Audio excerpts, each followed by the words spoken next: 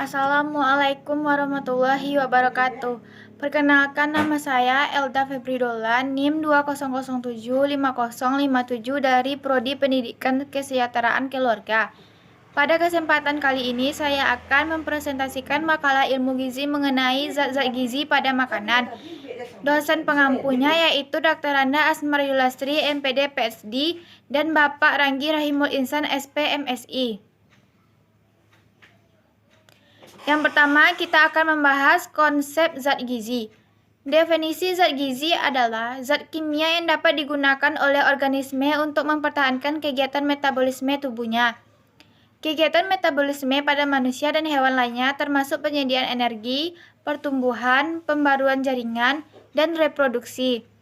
Beberapa bahan kimia yang berperan sebagai zat gizi adalah karbohidrat, protein, asam lemak, vitamin, dan mineral.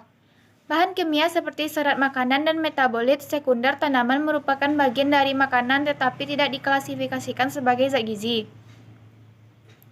Zat gizi adalah senyawa dari makanan yang digunakan untuk tubuh fungsi fisiologis normal. Definisi yang luas ini mencakup senyawa yang digunakan langsung untuk produksi energi yang membantu dalam metabolisme, untuk membangun struktur tubuh atau untuk membantu dalam sel tertentu. Suatu zat gizi sangat penting untuk organisme dalam kelangsungan siklus hidup dan terlibat dalam fungsi organisme. Yang kedua yaitu jenis-jenis zat gizi. Yang pertama, karbohidrat. Karbohidrat adalah satu atau beberapa senyawa kimia termasuk gula, pati, dan serat yang mengandung atom C, H, dan O dengan rumus kimia CnH2ON. Karbohidrat merupakan sumber energi utama bagi tubuh manusia. Kalau yang didapat belum 80% berasal dari karbohidrat. 2. Lemak. Lemak adalah garam yang terjadi dari penyatuan asam lemak dengan alkohol organik yang disebut gliserol atau gliserin.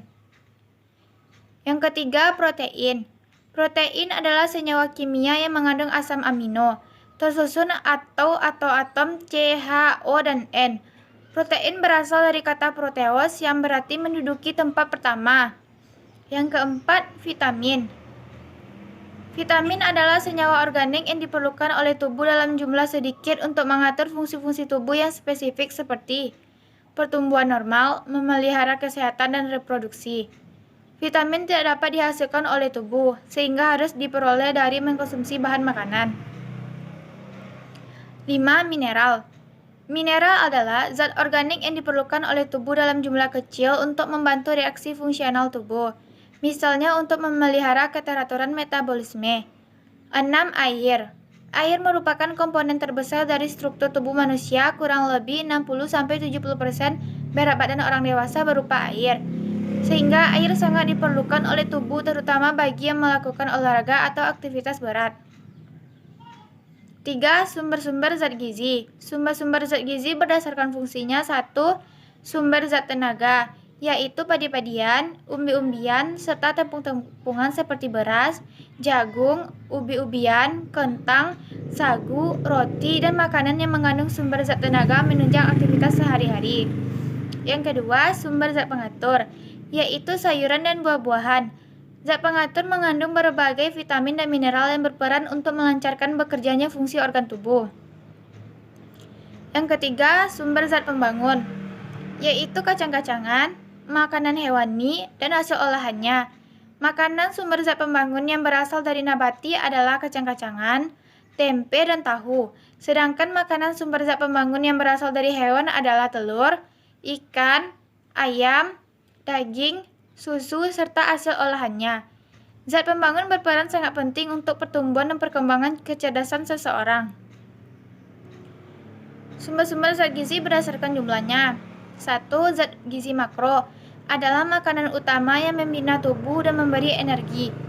Zat gizi makro dibutuhkan dalam jumlah besar dengan satuan gram. Zat gizi makro terdiri atas karbohidrat, lemak, dan protein. Yang kedua, zat gizi mikro adalah komponen yang diperlukan agar zat gizi makro dapat berfungsi dengan baik. Zat gizi mikro dibutuhkan dalam jumlah kecil atau sedikit, tetapi ada di dalam makanan. Zat gizi mikro terdiri atas mineral dan vitamin. Zat gizi mikro menggunakan satuan miligram untuk sebagian besar mineral dan vitamin. Yang keempat, fungsi zat gizi. 1. Menjadi sumber tenaga atau energi. 2. Memperbaiki sel-sel yang rusak. 3. Menjadi sumber pertumbuhan dan perkembangan. 4. Mempertahankan fungsi daripada organ tubuh. 5. Menjaga kesehatan pada metabolisme. 6. Mengatur serta mendukung dari proses metabolisme. 7. Dapat membentuk sel-sel pada jaringan tubuh.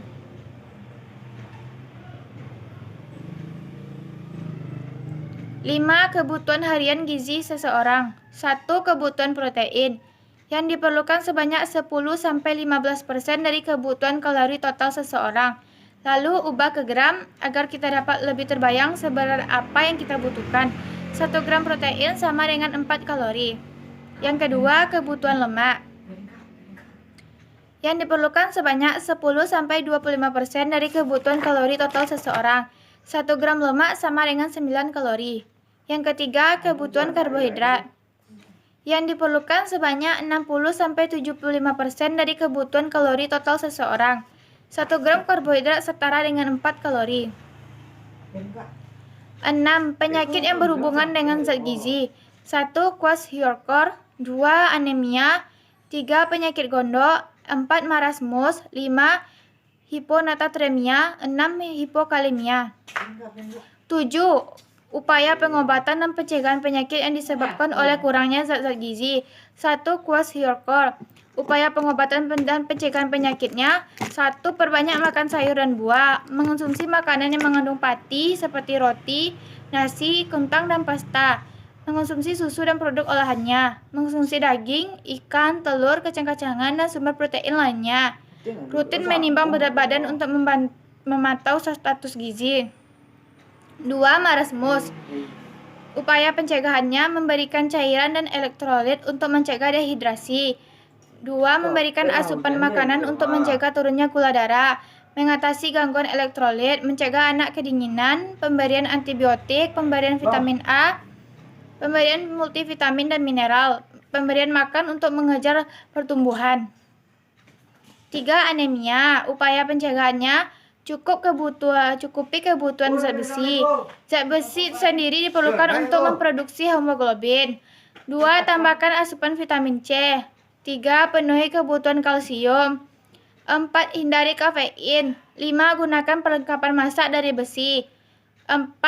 Gondok. Upaya pencegahan penyakitnya tidak merokok. Berhati-hati ketika mengonsumsi obat-obatan tertentu seperti litium. Meminimalkan paparan radiasi.